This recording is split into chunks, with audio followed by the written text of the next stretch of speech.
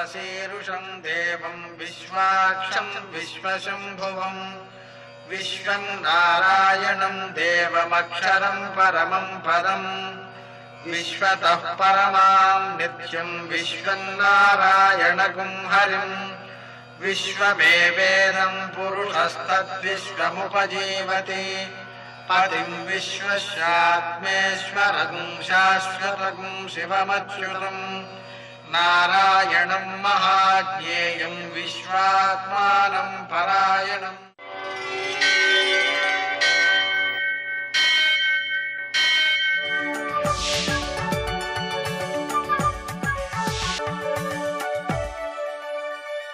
सूर्यशौर्यमथेन्दुरिन्द्रपदवी सन्मङ्गलं मङ्गलम्। पद्मावती प्रणयलालितमुग्धदेह श्रीवेङ्कटेशरुणमोचनमस्तु मह्यं। నేటి కాలమాన విశేషాలను గమనిద్దాం. స్వస్తి శ్రీ చాంద్రమాన జయనామ సంవత్సరం దక్షిణాయనం హేమంత ఋతువు మార్గశిర మాసం కృష్ణపక్షం శనివారం. సూర్యోదయం 6:41 సూర్యాస్తమయం 5:39. తిథి సప్తమి తెల్లవారుజామున 5:02 వరకు. నక్షత్రం మఘ ఉదయం 11:49 వరకు. వర్జం రాత్రి 8:49 నుంచి 10:37 వరకు. దుర్ముహూర్తం ఉదయం 6:41 నుంచి 8:09 వరకు. అమృతకాలం ఉదయం 9:06 నుంచి 10:54 వరకు. రాహుకాలం శనివారం కాబట్టి ఉదయం 9 నుంచి 10:30 వరకు. అష్టకవర్గు రీత్యా శుభప్రదమైన రాహుప్రదమైన సమయం సాయంకాలం 6:10. ఆ సమయంలో మనం శివారాధన చేసుకున్నా దాన ధర్మాధికం చేసుకున్నా ఉత్తమమైన ఫలితాలు సిద్ధిస్తాయి. ముఖ్యమైనటువంటి కార్యాలలో సంతకాలు చేయవలసి వస్తే చేయవచ్చు, కానీ ఆ పుబ్బా నక్షత్రం ఎవరికైతే మంచిదో వారు మాత్రమే దాన్ని చేయాల్సి ఉంటుంది. నేటి విశేషం త్రిశ్రోష్టకలలో అష్టకలకు ముందు రోజు అన్నమాట.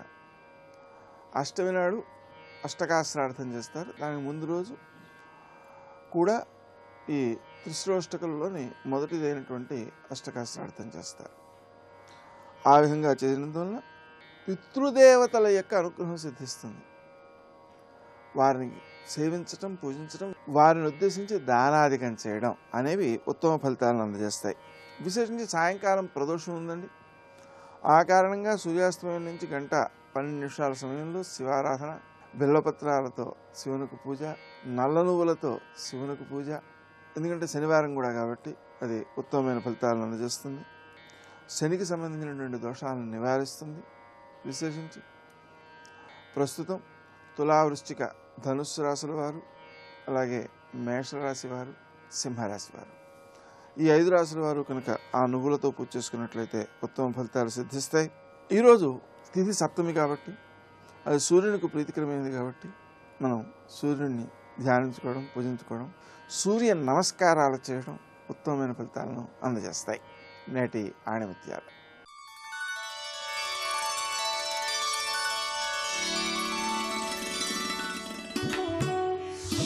జీవితంలో ఇష్టాలని కష్టాలని వేరుగా చూడకూడదు. జీవితాన్ని అనుభవించాలి.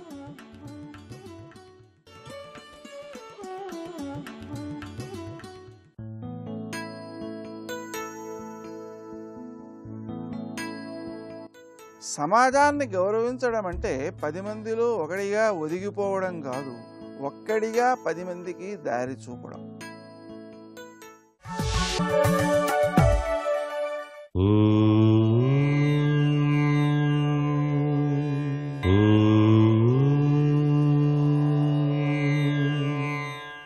ఓం నమో నారాయణాయ.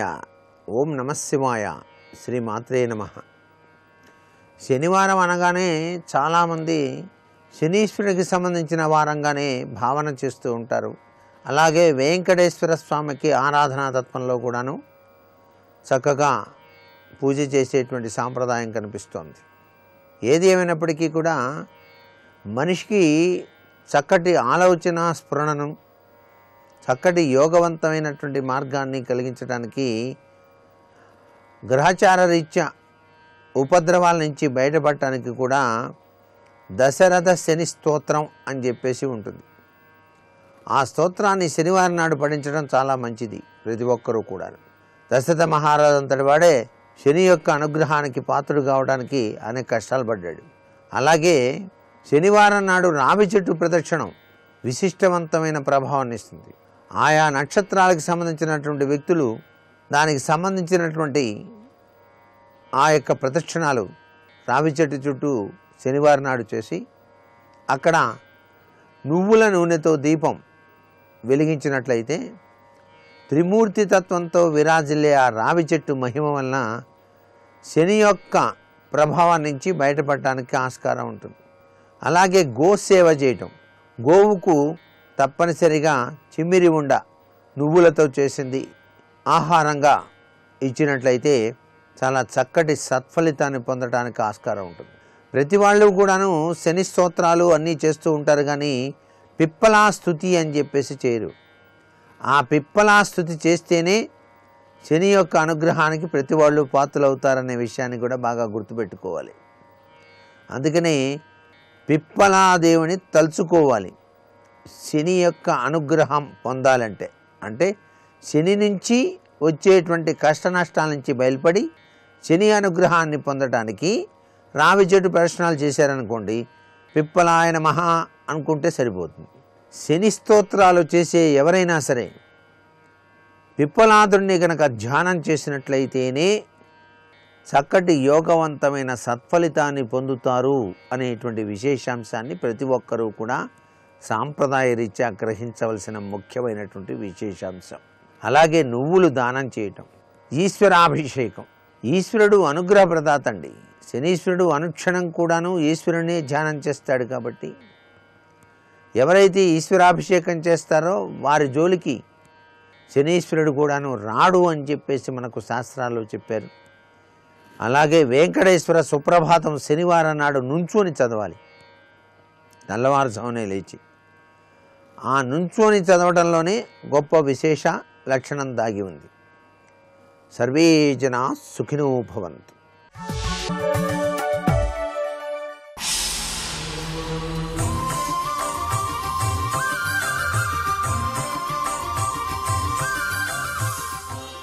శతక సాహితీ సరస్వతికి నమస్కారం. జగమందున్ తులతూగునొక్క నరుడాజన్మాంతమున్ శ్రీలతో పగలున్ రేయి శ్రమించునింకొకనికిన్ పట్టెండు కూడబ్బుటే గగనంబు ఎన్నడుగాంతుమింక సమతాగమ్యము హింసాత్మకం బగుచో లోకపు తీరు దిక్కెవరు దేవా వెంకటాద్రీశ్వర. ఓ వెంకటేశ్వర స్వామి, జగమందున్ తులతూగునొక్క నరుడు ఆజన్మాంతమున్ శ్రీలతో. ఈ ప్రపంచంలో ఎంత భేదం కనిపిస్తున్నదయ్యా వ్యక్తికి మధ్యన. నీవు సృష్టించినటువంటి ఈ ప్రపంచంలో ఎందుకు ఈ భేదం ఉండాలి? అందరూ ఆనందంగా ప్రశాంతంగా ఉండవచ్చు కదా. పుట్టిన దగ్గర నుండి మరణించే వరకు కూడా ఎన్నెన్నో భోగభాగ్యాలతో తొలతూగుతూ ఉంటాడు. ఆగర్భ శ్రీమంతునిగా ఒక వ్యక్తి పుడుతున్నాడు, అలాగే జీవిస్తున్నాడు చివరిదాకా. మరి ఒకడు ఆగర్భ దరిద్రుడుగా పుడుతున్నాడు, అలాగే ఉండిపోతున్నాడు జన్మంతా కూడా. ఏమిటి ఈ వైరుధ్యం? ఎందుకిలా జరుగుతున్నది నీ సృష్టిలో? జగమందున్ తులతూగునొక్క నరుడు ఆజన్మాంతమున్ శ్రీలతో. ఒకడు ఆజన్మాంతము సకల భోగభాగ్యాలతో కొనసాగుతుంటే, మరి ఒకడు పగలున్ రేయి శ్రమించు ఇంకొకనికిన్ పట్టెండు కూడబ్బుటే గగనంబు. రాత్రింబవళ్ళు శ్రమిస్తున్న కుటుంబ భారాన్ని వహించలేకపోతున్నాడు, పట్టెడన్నం పెట్టలేకపోతున్నాడు భార్యాబిడ్డలకు. కోట్ల మంది ఇలా జీవిస్తున్నారు. ఎన్నడుగాంతుమింక సమతాగమ్యంబు. ఇంకా సమభావం అనేది ఎలా ఉంటుందయ్యా ఈ సృష్టిలో? హింసాత్మకం బగుచో లోకపు తీరు దిక్కెవరు.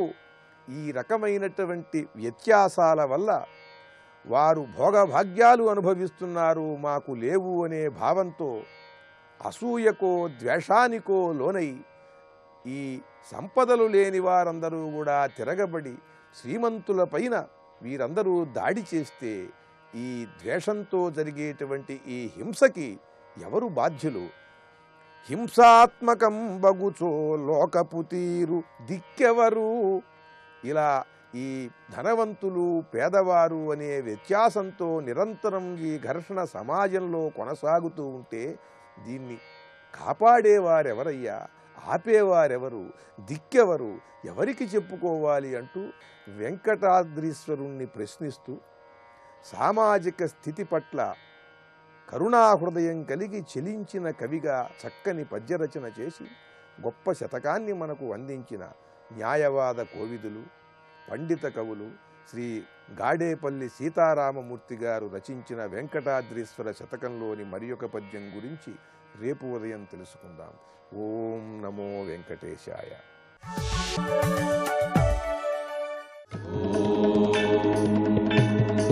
आदिलक्ष्मीं जगन्मातरं भावये आद्यन्तरहिताम् अनन्तलक्ष्मीं सदाद्यन्तरहिताम् अनन्तलक्ष्मीं सदा आदिलक्ष्मीं जगन्मातरं भावये. श्री महालक्ष्मी विश्वेशी ज्ञानैश्वर्यस्वरूपिणी कमले कमलालये देवी प्रसीद हरिवल्लभे प्रसीद हरिवल्लभे. शिवाय गुरवे नमः. श्रीमात्रे नमः. श्री विष्णुरूपाय नमः शिवाय. శ్రీలక్ష్మీనారాయణాభ్యాం నమః. లక్ష్మీ సహస్రనామ స్తోత్రంలో చెప్పబడుతున్న జగదంబ ఎవరు అనే దానికి సమాధానమే శ్రీమంత్రరాజరాజ్ఞీచ శ్రీవిద్యా క్షేమకారిణి. శ్రీవిద్యా స్వరూపిణియే ఇక్కడ మహాలక్ష్మి. లలితా సహస్రంలో చెప్పబడ్డ లలితాదేవియే రాజరాజేశ్వరి. ఆ తల్లే మహాలక్ష్మి. లక్ష్మి, దుర్గా, సరస్వతి, లలిత, కామేశ్వరి, కామాక్షి అని చెప్పబడుతున్న మహాశక్తిని ఇక్కడ విష్ణుపత్ని అయిన లక్ష్మిగా దర్శిస్తున్నారు. లలితలో శివపత్ని అయినటువంటి గౌరిగా దర్శిస్తున్నాం. కనుక ఎలా దర్శించినా ఒకే శక్తి, ఒకే ఈశ్వరుడు. ఆ భావంతో లక్ష్మీ సహస్రనామాన్ని అర్థం చేసుకోవాలి. ముఖ్యంగా అమ్మవారి బీజమే శ్రీం బీజం, విద్య పేరే శ్రీ విద్య. ఇప్పుడు తర్వాత నామముల్లో బీజాక్షములు మొదలవుతున్నాయి ఇక్కడి నుంచి. అయితే బీజాక్షములు చెప్తున్నప్పుడు విని ఆనందించాలి. అంతేగాని కేవలం పుస్తకాల్లో చదివో ఎవరో చెప్తూ ఉండగా విని బీజాక్షములు జపించరాదు. బీజాక్షర జపం చేయాలంటే మాత్రం గురువులను ఆశ్రయించాలి. సంప్రదాయ పరంపర కలిగిన గురువును ఆశ్రయించాలి. ఒక గురువుని ఆశ్రయించామంటే వారి వెనకాల పరంపర తెలియాలి. అలాంటి సత్పరంపర కలిగిన గురువుని సద్గురువు అని అంటారు. అలాంటి గురువును ఆశ్రయించి మంత్రోపదేశం పొందిగానే బీజాక్షరాలు జపించరాదు. అయితే స్తోత్రంలో బీజాక్షరాలు కలిసి ఉన్నాయి కనుక స్తోత్రం పఠించుకోవచ్చు తప్పులు లేకుండా, అది వేరే విషయం. కానీ విడిగా తీసి జపించాలి అంటే మాత్రం గురు ఉపదేశం ఉండాలి. మామూలుగా శ్రవణం చేయడానికి మొత్తం స్తోత్రంలో కలిపి పఠించడానికి అభ్యంతరాలు ఏమీ లేవు. అలా పఠించినప్పటికి కూడా దివ్య ఫలితం లభిస్తుంది, అందులో సందేహం లేదు. కానీ విడిగా బీజాక్షరము తీసి మంత్రాన్ని జపించాలంటే మాత్రం గురువు యొక్క ఉపదేశం ఉండాలి. మందు పుచ్చుకోవాలంటే వైద్యుడి యొక్క ప్రిస్క్రిప్షన్ ఎంత అవసరమో మంత్రం జపించాలంటే గురు ఉపదేశం అంతే అవసరం అని తెలుసుకుని ఇక్కడ వ్యాఖ్యానం కోసమే బీజాక్షరాలు చెప్పుకుంటున్నాం, కానీ జపం చేయడానికి ఇది ప్రేరణ కాదు. ఆ విధంగా దీని అర్థం తెలుసుకుందాం. 997వ నామం శ్రీం బీజ జప సంతుష్ట. ఇక్కడ ఈ శ్లోకపాదం అంతా కూడా బీజాక్షరముల మయం. శ్రీం బీజ జప సంతుష్ట ఐం హ్రీం శ్రీం బీజపాలిక. ఎందుకంటే బీజాక్షరాలను ఇచ్చేటప్పుడు ముందు శిష్యుణ్ణి సంస్కరిస్తారు. ఆ సంస్కరించి అప్పుడు మంత్రాన్ని ఇవ్వాలి, అది పద్ధతి. ఇప్పుడు శ్లోకపాఠంగా చదువుకునేటప్పుడు మాత్రం సత్ఫలితము లభిస్తుంది. దీనికి ఉపదేశాదులు అక్కర్లేదు. 997వ నామం శ్రీం బీజ జప సంతుష్ట. నమస్కారంలో శ్రీ శ్రీం బీజ జప సంతుష్టాయై నమః. శ్రీం బీజాన్ని జపించడం వల్ల సంతోషించే తల్లి. ఈ బీజాక్షరము సాక్షాత్తు పరాశక్తి అయిన రాజరాజేశ్వరిని తెలియజేస్తున్న బీజాక్షరము. ఆ తల్లియే మహాలక్ష్మి, ఆద్యాలక్ష్మి అని చెప్పబడుతున్నది. ఆ ముగురమ్మల మూలపుటమ్మ అయినటువంటి ఆద్యాలక్ష్మికి సంబంధించిన బీజము ఏదైతే ఉన్నదో ఆ బీజాక్షరాన్ని జపించడం చేత సంతోషించి అనుగ్రహించే తల్లి అని ఈ నామానికి అర్థం. 998వ నామం ఐం హ్రీం శ్రీం బీజపాలిక. ఇది నమస్కారంలో శ్రీ ఐం హ్రీం శ్రీం బీజపాలికాయై నమః. ఈ 3 బీజములను పాలించే తల్లి. ఇక్కడ పాలించుట అంటే అర్థం ఏంటంటే ఆ 3 బీజముల రూపముగా ఉంటూ లోకాన్ని పాలిస్తున్నటువంటి తల్లి. ఎందుకంటే ఆ శ్రీంబీజ స్వరూపిణియే 3 బీజములుగా వికసించింది. ఒక మొగ్గ ఒక్కటిగా కనబడుతుంది, విచ్చుకుంటే రేకులుగా కనబడుతుంది. రేకులుగా కనబడుతున్న పుష్పం ఒక్కటే అని తెలుసుకోవాలి. కనుకనే శ్రీంబీజం రూపైన అమ్మవారు 3 బీజాక్షములుగా వికసించింది. 3 బీజాక్షాలు కలిపి ఒకే తల్లి. ఐం అంటే సరస్వతీదేవి, హ్రీం అన్నప్పుడు ఇచ్ఛాజ్ఞాన క్రియాత్మిక అయిన గౌరీదేవి, శ్రీం అన్నప్పుడు లక్ష్మీదేవి. ఇలా ముగురమ్మలు ఇందులో కనబడుతున్నారు. కనుక శ్రీం బీజంలో ముగురమ్మల మూలపుటమ్మ ఉంటే ఐం హ్రీం శ్రీం అనే దాంట్లో దుర్గాలక్ష్మి సరస్వతులు 3 చెప్పబడుతున్నాయి. ఇలా 3 రూపములతో ఉంటూ సృష్టి స్థితిలయలు కలిగిస్తూ ప్రపంచాన్ని పాలించుతున్న తల్లి గనక ఐం హ్రీం శ్రీం బీజపాలిక. బీజాక్షరములు అనే మాట భారతీయ సంస్కృతిలో అద్భుతమైనటువంటి తత్వం ఇది. ఒక్కొక్క బీజాక్షరంలో కూడా అనేక దేవతా శక్తులు దాగి ఉంటాయి. అంతేగాని బీజాక్షరాలకి మామూలు సాహిత్యపరమైన అర్థాలు చెప్పలేం. అందులో శక్తులు ఉంటాయి, అర్థాలు కాదు, శక్తి ఉంటుంది అక్కడ. ఐం అన్నప్పుడు సరస్వతీ శక్తి ఉంది, హ్రీం అన్నప్పుడు దుర్గాశక్తి ఉన్నది, శ్రీం అన్నప్పుడు లక్ష్మీ శక్తి ఉన్నది. ఈ 3 రూపములతో ఉంటూ ఈ 3 బీజములను జపం చేసే వారిని పాలించుతున్నది. ఇది మరొక అర్థం. ఈ 3 బీజాలు జపించే భక్తులని పాలించే తల్లి. ఈ రెండవ అర్థాన్ని కూడా స్వీకరిస్తూ తర్వాతి మాట, ఏ ఉపాసన చేసిన ఉండవలసింది శరణాగతి. ఇలాగే ఈ శాస్త్రం ఉన్నదే, లక్ష్మీ సహస్రనామ స్తోత్రం అనే శాస్త్రం ఏ విధంగా సాధన చేయాలో కూడా చెప్తున్నది. కేవలం ఆశ ఒక్కటే అర్హత కాదు, ఇంకా అర్హతలు చాలా ఉన్నాయి. కొందరికి ఏదో సాధించాలి కనుక ఏదో మంత్రం చెప్పాలి, ఏదో శ్లోకం చేయాలనుకుంటాం, అది మాత్రం చాలదు. ఉండవలసింది ఏంటంటే ప్రపత్తి మార్గ సులభ. తర్వాత నామం ఇది 999వ నామం ప్రపత్తి మార్గ సులభ. శ్రీ ప్రపత్తి మార్గ సులభాయై నమః. అమ్మవారు సులభంగా దొరకాలి అంటే ఏది మార్గము అంటే ప్రపత్తియే మార్గము. ఎవరైతే ప్రపత్తి మార్గంలో ఉంటారో వారిని సులభంగా అమ్మవారు అనుగ్రహిస్తున్నారు. ఎవరికైనా సులభంగానే ఏదైనా లభించాలని ఉంటుంది. సులభంగా లభించాలి అంటే సాధన ప్రపత్తితో చేయాలి. సాధకులు చాలామంది ఉంటారు, కానీ ప్రపత్తితో చేసేవాళ్ళు తక్కువ మంది ఉంటారు. అందుకే సిద్ధి అందరూ పొందలేకపోతున్నారు. ఎందుకంటే ప్రపత్తి లోపిస్తే సిద్ధి లోపిస్తుంది. ప్రపత్తి అంటే ఏమిటి? ఈ ప్రపత్తిని శరణాగతి అని అంటారు. శరణాగతి మార్గములో ఉన్నవారికి అమ్మవారిదై సులభంగా లభిస్తుంది. ఎప్పుడైనా భగవద్ అనుగ్రహం తొందరగా రావాలంటే మనలో శరణాగతి తత్వం రావాలి. శరణాగతి అంటే ఏమిటి తెలియాలి. ఒకప్పుడు రమణ మహర్షి వద్దకు వచ్చి ఒకరు అడిగట్ట, స్వామి శరణాగతి గొప్పదా జ్ఞానము గొప్పదా అని. అసలు శరణాగతి అంటే ఏమనుకుంటున్నావు అని అడిగారు ఆయన. వెంటనే అతను చెప్పాడు, ఏది కోరుకున్నా భగవంతుణ్ణే శరణు వేడతానండి అని. అది కాదు శరణాగతి. అక్కడ కోరుకోవడం అనేది కూడా ఉండదు. భగవంతుడు తప్ప అన్యము లేదు అనే భావనతో పట్టుకుంటే దాని పేరు శరణాగతి అన్నారు. గొప్ప మాట ఇక్కడ. నేను చేస్తున్నాను, నాకు కావాలి అనే భావం కూడా విడిచిపెట్టి అంతా జగదంబయే అనేటువంటి భావంతో ఆ తల్లి చరణాలను ఆశ్రయించితే అది శరణాగతి. అలాంటి శరణాగతితో కూడిన ఉపాసనలో ఇక అపనమ్మకం అనేది ఉండదు. ఎందుకంటే సందేహిస్తూ సాధన చేస్తారా? శ్రద్ధతో సాధన చేయాలి. సాధనలో సందేహం ఉంటే అది పొల్లిపోయినట్టే. అందులో సందేహం లేని సాధన కావాలి. సందేహం లేకుండా ఉండాలంటే శరణాగతి ఉండాలి. సంపూర్ణ శరణాగతితో అఖండమైన శ్రద్ధతో చేసే ఉపాసన ఏదైతే ఉందో ఆ భక్తి మార్గం పేరే ప్రపత్తి మార్గము అని అర్థం. అలాంటి భక్తి మార్గంలో వెళితే సులభంగా అమ్మవారు లభిస్తున్నారు. ఆ తల్లి కృప మనకి చేకూరుతున్నది.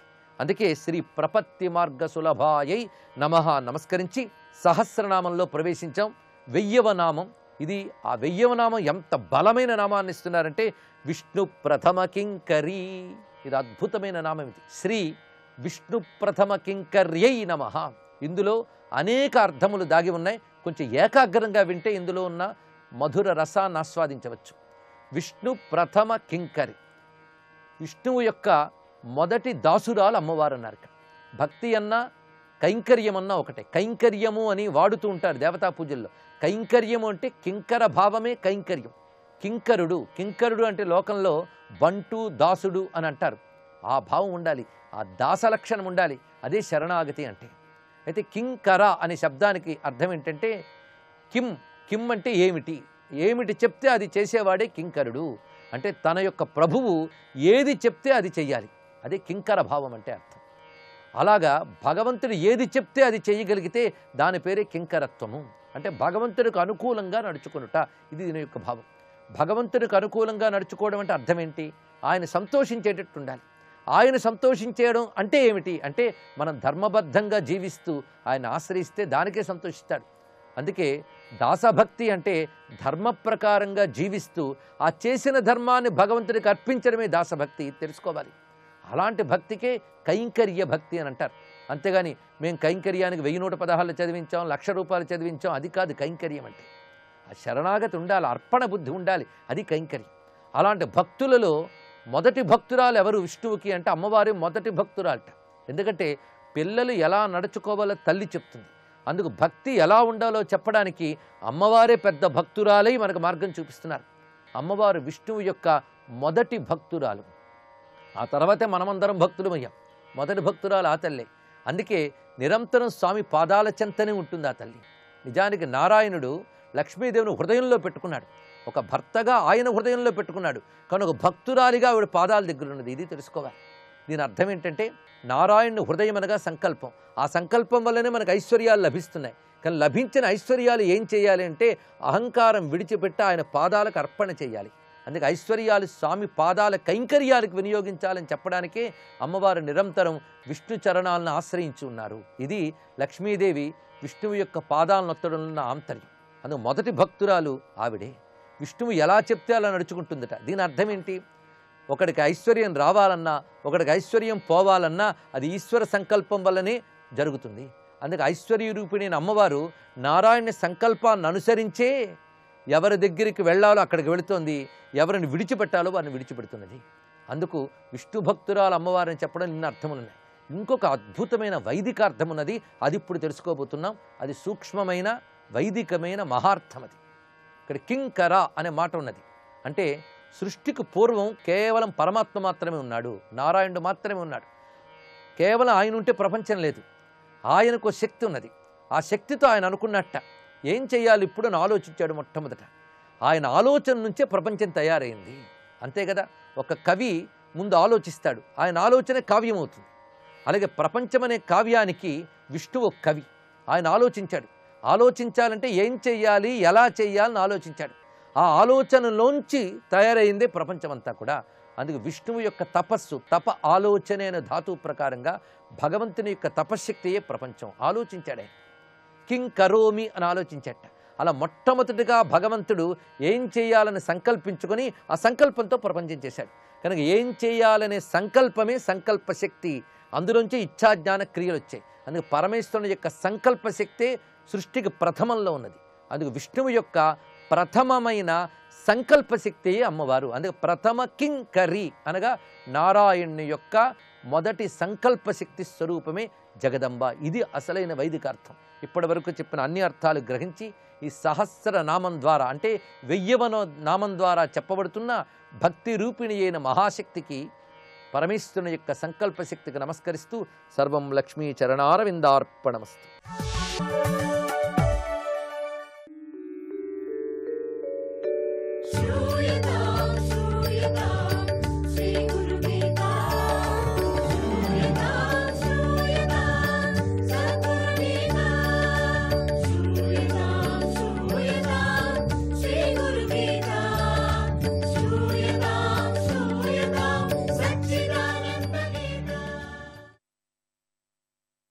మొదట్లో మనం మాట్లాడుకున్నట్టుగా గురు ఉపాసన చేయటానికి ఎట్లా ఏమేమి కావాలనో, ఈ గురువు ఉపాసన అనేది చాలా కష్టమైనటువంటిది. ఆ కిటుకులన్నీ కూడా నాన్నగారు అయినటువంటి శంకరుడు జగన్మాత అయినటువంటి ఆ తల్లికి ఈ గురుగీతలో గుట్టు విప్పి చెప్పాడు. అమ్మవారికి చెప్పిందంటే ప్రపంచానికి చెప్పాడు అని అర్థం. అక్కడ గురువుని ఎన్నుకోవటం చేతనైతే కదా మనకు ఎవరెవరినో గురువు అంటాం. మనం ఏదేదో ఒక వస్త్రాలు వేసుకొని, కొన్ని పూసలు వేసుకుంటే, కొన్ని విభూతి పూసుకుంటే, లేక నామం పెట్టుకుంటే, ఒక వికారంగా రంగుగుడ్డలు వేసుకొని తయారైపోతే మనం గురువు అని పోయి వెళ్ళి పట్టుకుంటాం. ఇది ఒక పద్ధతి. ఏదో మహానుభావుడు తెలిసినవాడని. ఇక గడ్డం పెంచుకుంటే ఇంక చెప్పాల్సిన పని లేదు లేండి. చాలా జ్ఞానం వచ్చినట్టుగా ఉండటం, వాళ్ళు కనపడదు, ఎట్లా కనపడతారు. అందుకని మనం వాళ్ళ దగ్గర ఏముందో తెలియదు మనకు. అట్లా వెళ్ళి వాళ్ళని పట్టుకుంటాం. ఎందుకంటే మామూలుగా ఈ ప్రపంచంలో చాలామంది గడ్డం పెంచుకోరు కదా, జటలు పెంచుకోరు కదా. జటలు గడ్డము అదంత కదా, దాని డబ్బులు ఇవ్వాలనేవండి, అక్కరే లేదు. దానికి ఏ శ్రమనో అక్కర్లేదు, వాన నీళ్లు ఏం అక్కర్లేదు, పెరిగిపోతూ ఉంటుందండి జటలు గడ్డాలు కూడా. అట్లా గడ్డాలు మీసాలు పూసలు కొన్ని గుడ్డలు అట్లా ఎర్రగుడ్లు అట్లా కట్టుకొని వెళుతూ ఉంటారు చాలామంది. వాళ్ళని వెళ్ళి వీళ్ళు వెంటపడి గురువుగారు అంటుంటారు. అదే చాలు వాళ్ళకు. వెంటబడిన వాళ్ళను నిలువున దోచేస్తూ ఉంటారు కూడా, దోపిడీ చేసేస్తూ ఉంటారు కొన్ని సందర్భాల్లో. అందుకని ఎవరిని గురువు అనేది మనకు తెలియటం లేదు, ఎవరిని గురువుగా ఎంచుకోవాలని కూడా మనకు తెలియదు. ఎవరో 10 మంది చెప్పారు, 10 మంది చాలామంది కొన్ని కోట్ల మంది వాళ్ళని ఫాలో చేస్తున్నారు, అట్లా వెళ్ళి కాళ్ళు పట్టుకుంటాం. కర్మ మనకు అంతే. ముందు గురువును ఎన్నుకోవటం చేతనైన దానికే చేసుకోవాలి మనం. అదే గురువును ఎన్నుకోవటం అంటే గురుసేవ అన్నమాట. అది అని మనకు అనిపించవచ్చు కదా. గురువుని ఎన్నుకోమంటే గురు సేవ చేసినట్టుగా వాళ్ళ పాదాలు పిసికి మరి వాళ్ళకు గిడ్డలంతా ఉతికి పరిచారిక వృత్తి చేసేటట్టుగా అది గురుసేవ అనుకున్నాం. నిజానికి గురువును నువ్వు ఎన్నుకోలేనే లేవు. ఎందుకంటే ఒకడు జ్ఞాని అవునో కాదో నువ్వేలా తెలుసుకోగలవు? ఇతను జ్ఞానినా కాదా అని ఎట్లా తెలుసుకుంటావు? వేషభూషణాలతో తెలుసుకోగలవా? లేక వాళ్ళ వెనకల ఉండేటువంటి మందిని చూసి నువ్వు ఏమైనా గురువు అనుకుంటావా? 1వ క్లాసు చదివేటువంటి ఒక కుర్రవాడికి తన ఉపాధ్యాయుడికి 100 ఎక్కం వచ్చా అని ఆయన అడిగాడు. ఆయన చెప్పాడట నాకు వచ్చు అని. 100వ ఎక్కం గబగబా అప్పచెప్పాడు. ఆ చెప్పింది తప్పో ఒప్పో కుర్రవాడికి అర్థం కాలేదు కదా. పక్కనే ఉన్నటువంటి మరో పెద్ద మనిషిని చూసి, అయ్యా మా ఉపాధ్యాయుడు చెప్పిన ఎక్కం సరిగా ఉందా అని అడిగాడు. అంటే తన ఉపాధ్యాయుడిని తాను పరీక్ష చేసి పక్కవాడిని చూసి అడిగాడు. ఇంకొక ముసలాడిని చూసి మా ఉపాధ్యాయుడు చెప్పినటువంటి లెక్క సరిగా ఉందా 1 నుంచి 100 వరకు అని అడిగాడు. సరిగా ఉంది అన్నాడు పెద్ద మనిషి. కానీ కుర్రవాడికి మళ్ళీ సందేహం వచ్చింది. ఈ పెద్ద మనిషికి కూడా తెలుసో తెలియదు అని. మాస్టర్ గారికి తెలుసో తెలియదు అని చెప్పి అడిగాడు మాస్టర్ గారిని, మీకు వచ్చా అంటే వచ్చు అని చెప్పి గబగబా చెప్పేశాడు. అని కుర్రోడికి మాత్రం కొంచెం అనుమానం వచ్చి పక్కవాడిని ముసలివాడిని అడిగాడు, ఏమయ్యా అని. బాగుంది, తప్పు లేదు అన్నాడు. కానీ ముసలాడి మీద కూడా తప్పు వాడికి అనుమానం వచ్చింది. వీడు చెప్పింది కూడా సరిగా ఉందో లేదో అని, తెలుసో తెలీదో అని. తనకు తెలియదు, ఇతరులకు నమ్మితే మోసం జరగవచ్చు కదా. ఇక కుర్రవాడికి తన ఉపాధ్యాయుడి సత్తా తెలిసేది ఎట్లా? తనకు తెలీదు, ఇంకొకరు నమ్మడు.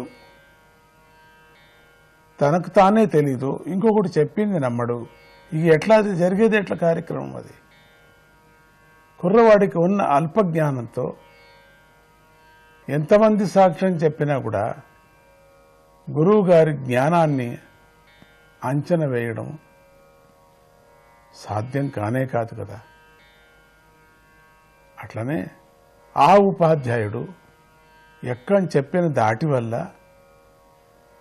చూపించిన నిబ్బరం వల్ల, ఇతరుల సాక్ష్యం వల్ల, ఆయన తన మీద చూపిస్తున్నటువంటి ప్రేమ వల్ల ఈ కుర్రవాడు క్రమంగా ప్రభావితుడై తన ఉపాధ్యాయుడిని విశ్వసించడం ప్రారంభిస్తాడు కదా.